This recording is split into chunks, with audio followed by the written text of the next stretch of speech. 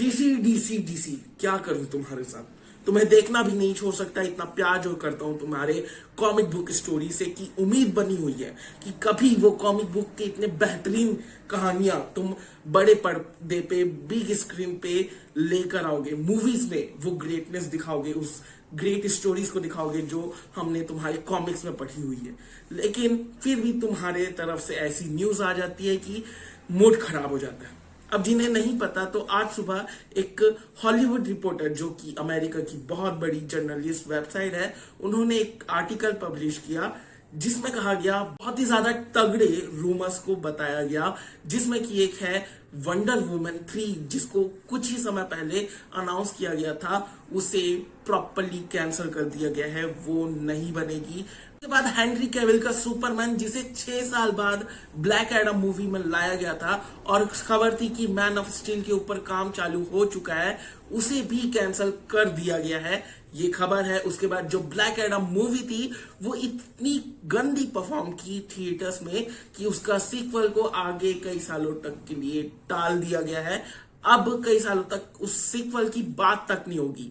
उसके बाद Jason Momoa, जो एक्वामैन प्ले करते हैं, उनकी खबर यह है कि वो उनकी आखिरी मूवी एक्वामैन 2 होगी।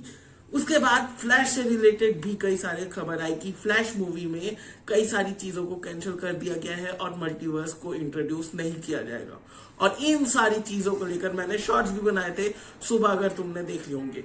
लेकिन अब फाइनली जेम्स गन ने इन सारी चीजों के ऊपर रिएक्ट किया है कि आखिर इन सब में से कौन कौन सी चीजें सच है और कौन सी चीजें झूठी है।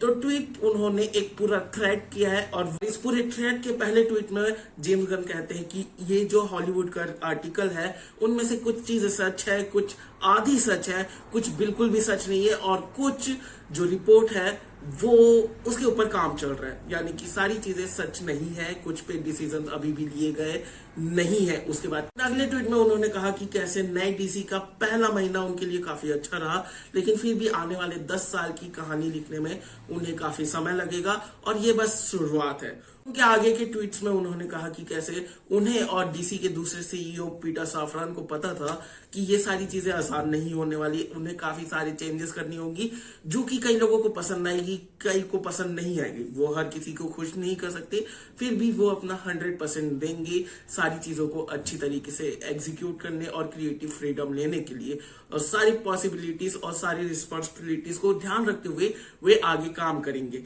कहते वक्त उन्होंने ये फोटो डाली जो कि बहुत ही ज्यादा इंस्पायरिंग है। साथ ही में उन्होंने कहा कि बाकी फ्यूचर्स डालने के लिए तुम्हें और ज्यादा वेट करना पड़ेगा, जिसके लिए मैं तैयार हूं। मैं बस ये चाहता हूं कि ये सारी चीजें जो उन्होंने कैंसिल की है या जिन्हें निकाल रहे हैं, वो जिस कैरेक्टर को रिप्लेस कर रहे हैं, वो सारी चीजें अच्छी तरीके से एग्जीक्यूट हो और उनके इस ग्रैंड प्लान पे ये बहुत ही अच्छी तरीके से काम करे। बस एक इररिलेवेंट या इररिस्पॉन्सिबल एक्ट बन के ना रह जाए ये सारे डिसीजंस। बाकी मुझे भरोसा है जेम्स गन पे। मैं उम्मीद करता हूं कि जेम्स गन और पीटर सैफरन दोनों ही अच्छी तरीके से जानते हैं कि इन कैरेक्टर्स की ग्रेटनेस क्या है। Superman, Batman, Aquaman, wonder woman आखिर क्या डिग्निटी होल्ड करते हैं, ना सिर्फ एज अ कैरेक्टर बल्कि पूरे डीसी के लिए, पूरे डीसी के इमेज के लिए। मैं बस चाहूंगा कि ये सारी चीजें वो ध्यान दे, और जब भी उनका पूरा प्लान बनकर तैयार हो, वो हमारे सामने आए और एक्सप्लेन करे और हमें बताए कि ये क्या देखने को मिल सकता है हमें। ये सारी चीजें उन्होंने अपने ट्वीट पे भी एक्नॉलेज की कि डीसी के कैरेक्टर्स सिर्फ कैरेक्टर्स या सुपर हीरोज नहीं है, बल्कि उनका एक अलग ऑरा है, just because of their stories, their greatness. तो मैं बस उम्मीद करता हूं कि सब कुछ अच्छे से हो। बस यही उम्मीद कर सकते हैं एज अ ऑडियंस, हम बस यही उम्मीद कर सकते हैं कि वो अच्छे डिसीजंस लें, इन कैरेक्टर्स को अच्छे से यूज करें। बाकी ये सारे मेरे ओपिनियंस थे, तुम अपने ओपिनियंस नीचे कमेंट सेक्शन में लिख सकते हो, और मिलते हैं अगले वीडियो में। तब तक के लिए बाय, और सब्सक्राइब करो क्योंकि सब्सक्राइब करना बहुत जरूरी है। Okay bye.